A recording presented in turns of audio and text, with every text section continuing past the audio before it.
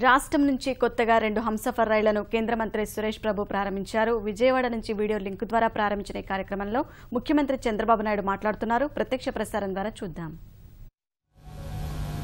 Railway అధికారులు దగ్గర 10 ప్రాంతాల నుంచి వీడియో కాన్ఫరెన్స్ లో ఉన్నారు. ప్రజాప్రతినిధులు ఉన్నారు. అక్కడ కూడా ప్రజలందరూ ఉన్నారు. వారందరూ కూడా నమస్కారాలు. ఈరోజు 10 ప్రాజెక్టులకు ఒకేసారి మనం ఇక్కడ ఇనాగరేషన్ కానీ అదే మరి ఫౌండేషన్ కానీ ఇలాంటివన్నీ కూడా మనం చేసుకోవడం జరిగింది. దీనికి మనస్ఫూర్తిగా రైల్వే మంత్రి అయినటువంటి సురేష్ ప్రభు గారిని, వెంకయ్యనాయుడు గారిని, అదే మరిగా ప్రధానమంత్రి నరేంద్ర మోడీ గారిని కూడా మనస్ఫూర్తిగా అభినందిస్తున్నాను, ధన్యవాదాలు తెలియజేసుకుంటున్నాను. ఈరోజు ఇక్కడ చూస్తే విజయవాడ ఈరోజే కాదు, మొట్టమొదటిది కూడా విజయవాడ ఒక జంక్షన్, రైల్వే జంక్షన్. ఇది ఇటు చెన్నై నుంచి సౌత్ ఇండియా నుంచి నార్త్ ఇండియాకి పోవాలన్నా, లేకపోతే ఇటు పక్కన హైదరాబాద్ పోవాలన్నా ఆటోమేటిక్ ఇక్కడి నుంచే పోవాల్సిన అవసరం ఉంటుంది. ఇటు కలకత్తా పోవాలన్నా ఇక్కడి నుంచే పోయే అవకాశం ఉంటుంది.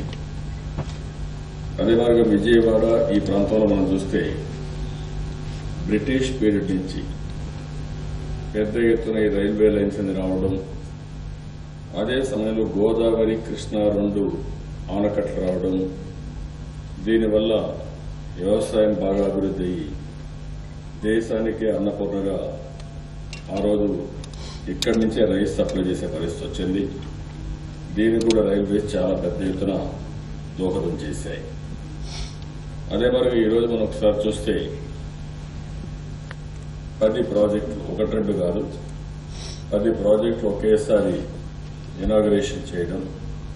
Railway number 20-890 Vijayawada Howrah Humsafar weekly express జెండా ప్రారంభించాం. Vijayawada electric traction training centre 3 face electrical locomotive simulator కూడా జాతికి అంకితం చేశాం. Railway number 22-705 Tirupati జమ్ముతావి Humsafar weekly express కి జెండా ప్రారంభించాం. తిరుపతి 2.5 టన్నుల సామర్థ్యంతో కూడినటువంటి ఎలక్ట్రికల్ లాండ్రీ, అంటే మొత్తం అక్కడ కావాల్సినటువంటి ఈ బట్టలు కానీ ఇవన్నీ కూడా రెడీ చేయడానికి చేశారు. గుంతకల్ బాడీ సెక్షన్ డబ్లింగ్ మరియు విద్యుదీకరణ ఈరోజు చేయడం జరిగింది, జాతికి అంకితం చేశాం. గుత్తి ధర్మవరం సెక్షన్ డబ్లింగ్ కి శంకుస్థాపన చేశాం. విశాఖపట్నం డీజిల్ లోకో షెడ్ సామర్థ్యం పెంపుదల కోసం శంకుస్థాపన చేశాం. విశాఖపట్నం దగ్గర వడ్లపూడిలో వ్యాగన్ POH వర్క్ షాప్ కి శంకుస్థాపన చేశాం. కడప బెంగళూరు ప్రాజెక్టులో భాగంగా కడప పెండ్లిమర్రి మధ్య నిర్మించినటువంటి కొత్త రైలు మార్గం కూడా ప్రారంభించాం. కడప పెండ్లిమర్రి డెమో రైలు కూడా జెండా ఊపి ఈరోజు ప్రారంభించడం జరిగింది. అంటే 10 ప్రాజెక్టులు ఒకేసారి చేయడం ఒక వినూత్నమైన అనుభవం. ఇది సాధించామంటే, ఇవన్నీ కూడా జరుగుతున్నాయంటే I really appreciate Suresh Prabhu, who is MP from Andhra Pradesh. I really appreciate him for the extraordinary performance and also very good results. Whenever there is an occasion, as Venkayyanayudu garu has rightly mentioned, for any development, land is very crucial. Without land, we cannot develop. Fortunately, in Andhra Pradesh, people are having confidence. Even for capital, they have given 33,500 acres of land under land pooling. Even we are very happy, even Civil Aviation Minister Ashok Gajral is here. What they are spending money, we are giving more value than that.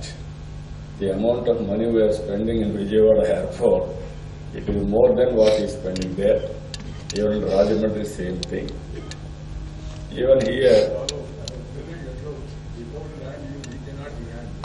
yeah, you cannot land. And at the same time, for landing, we are giving land. We are very happy for that. And also, sometimes how progressive we are. In Visakhapatnam, civil aviation, they are not spending money for landscaping. We are spending money for landscaping, beautification in the airport itself. So, Government of India, sometimes we are having very rigid rules, but we are having more flexibility for development, and I am very happy things are happening. Even if you see here, I really appreciate Venkaya Naidu garu, one of the best program, Smart Cities competition. Because of that competition, now every city is competing. I am very happy Visakhapatnam will be #1 in the near future, not only once, forever. That is how it is developing because of the competition. And also Tirupati, it is coming 9th place. So many cities are competing. I am very happy to inform our Honorable Minister also, Visakhapatnam of that range, it is #1 smart railway station also. Railway station is #1.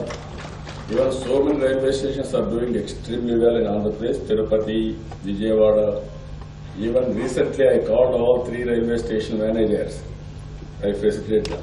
I congratulate them. That is how they are competing. I am very happy for that. Today it is one more historic day. Government of Andhra Pradesh agreed to pay 50%. It is a special purpose vehicle. Both railway department and state government, we are joining together. 50% Government of Andhra Pradesh agreed to contribute. There are 10 projects in this. Kadapa, Bangalore, 250 kilometers, Raichoti, Vayalpadu, Madarapalli, Nadipudi, Kavlasri, 309 kilometers, Nakrekal, Vempicherla, Travelyapuram, Vinukonda, Gundakama, Podili, Kanagiri, Atmakur, Venkatagiri, and also Tanukur, Tumkur, Raidur, 207 kilometers. In this, 105 kilometers from Andhra Pradesh. Doubling and electrification of Vijayawada, Gudivada, Machilipatnam, Bhimavaram, Narsapur, Nidavol, 175 kilometers.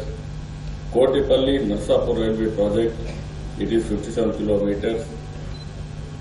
25% share by state government. Kakinada to Pittapuram, 21.5 kilometers. Doubling and electrification of Guntur, Tenali, Repalli, 15 kilometers. New line between Bhadrachalam, Kovur, AP share is 72.4 kilometers with a cost of 442 crores. Guntur, Guntakal doubling. Doubling of Devarapalli to Penugonda via Indupur, Elhanka to Penugonda station. These are all the 10 projects. I am very happy. And also I am requesting Honorable Minister, Andhra Pradesh is very fortunate.